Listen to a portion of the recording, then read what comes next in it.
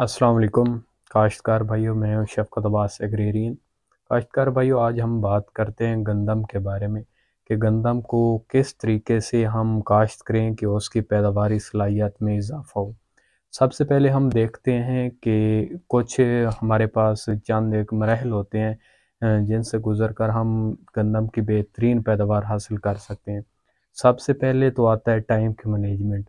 अगर आप प्रॉपर तरीके से एक अच्छे टाइम में अगर टाइमली गंदम काश्त करते हैं तो उससे आपको बेहतरीन पैदावार हासिल हो सकती है। इसका दूसरा फैक्टर है हमारे पास बीज।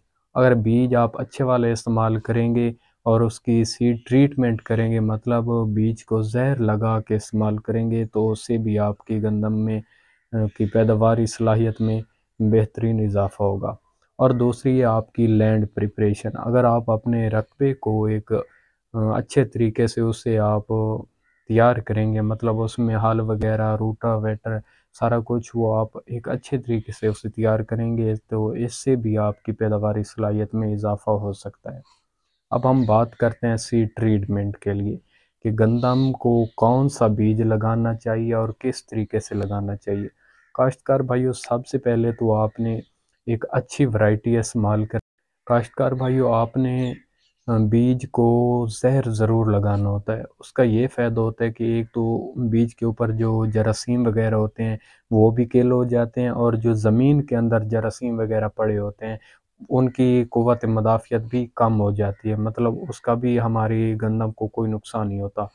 ज़्यादातर जो हमारे पास ये फफूंदी जब गंदम के सिट्टे निकल आते हैं तो उस टाइम वो काले कलर की कुछ गंदम के सिट्टे निकलते हैं, तो ये बेसिकली वजह यही होती है जो हमारे जिसे हम समाट भी कहते हैं। एक होती है रस्ट, जो वो ऊपर से पत्ते थोड़े लाल कलर के नज़र आते हैं, वो होती है रस्ट। और जो काले कलर के बिल्कुल सिट्टा सारा ही काला हो जाता है, उसकी बुनियादी वजह यही होती है फफूंदी। ये सारे जरासीम की वजह से पैदा होती है।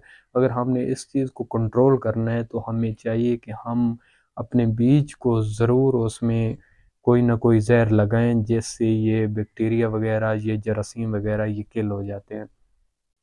तो कौन सी हमने ज़हर इस्तेमाल करनी है? सबसे पहले तो आपने इस्तेमाल कर अगर आप थायोफिनेट मिथाइल ज़हर इस्तेमाल कर रहे हैं तो वो 2 से 2.5 ग्राम फ़ी किलोग्राम बीज के हिसाब से आपने इस्तेमाल करनी है। अगर आप ये इस्तेमाल नहीं कर सकते तो आपने इमिडाक्लोप्रिड प्लस टेबुकोनाज़ोल ये 2 ml फ़ी किलोग्राम बीज के हिसाब से आपने इस्तेमाल करनी है, तो ये आपके बीज के लिए काफ़ी होगी। और अब बात करते हैं कि किस तरीके से आपने इसको ज़हर लगाना है। बेहतर तो यही है कि जो सीड ट्रीटर ड्रम होता है उसमें आपने ये 3/4 हिस्सा उसका बीज से भर लेना है, और उसके ऊपर जो उसकी मिकदार होगी ज़हर की वो भी आपने उसमें डाल देनी है, और उसे तकरीबन 5 मिनट तक घुमाना है, तो उस पे बराबर ज़हर लग जाएगी। अगर वो ड्रम आपके पास नहीं है तो आपके लिए एक बेस्ट ऑप्शन है, आप एक बोरी ले लें, उसको आधा फिल कर लें, मतलब उसका आधा हिस्सा बीज से फिल कर लें। अगर आपने 1 मन को लगाना है तो आप 20 किलोग्राम उसमें डाल के और उसकी जो मुजव्ज़ा ज़हर होगी, ज़हर की मिक़दार वो उसमें डाल लें, ऊपर थोड़ा-सा पानी मिला के ऊपर छिड़काव कर दें। तो उससे और उसके चारों कोनों से पकड़ कर उसे हिलाएँगे तो उसमें भी वो मिक्स हो जाएगी। इसका फ़ायदा ये होगा कि ये जो जरासीम वगैरह स्टार्ट में शुरू हो जाते हैं, ये किल हो जाएंगे, और आपकी गंदम की पैदावारी सलाहियत में खातिर खा इजाफ़ा होगा। इससे जर्मिनेशन पर भी कोई असर नहीं पड़ेगा इन जरासीम का, और बेहतरीन तरीके से आपकी गंदम की जर्मिनेशन भी होगी, और उसके सिट्टे भी वो जो काले हो जाते हैं वो बिल्कुल ख़त्म हो जाएंगे। और बीज को ज़हर लगाने के ये भी फ़वाइद होते हैं, एक तो हमारी फसल की बढ़ोतरी अच्छे तरीके से होती है, और दूसरा अगर हम अपने बीज को ज़हर लगाएंगे तो उसको आगाज़ में एक बेहतरीन मौका मिलता है कि उसकी जर्मिनेशन अच्छे तरीके से होती है, और बाकी इसकी क़ुव्वत मुदाफ़ियत बेहतर होने की वजह से जो हमारे पत्ते निकलते हैं उनकी नशो-नुमा भी बेहतरीन होती है। और तीसरे बात करें अगर जड़ों की, जो जड़ों के गलाव की बीमारी होती है उसमें भी इसमें कमी होती है। तो ये बेहतरीन इसके हमें रिज़ल्ट्स मिलते हैं। काश्तकार भाइयों, आपको चाहिए कि आप ना ये सीड ट्रीटमेंट लाज़मी करें।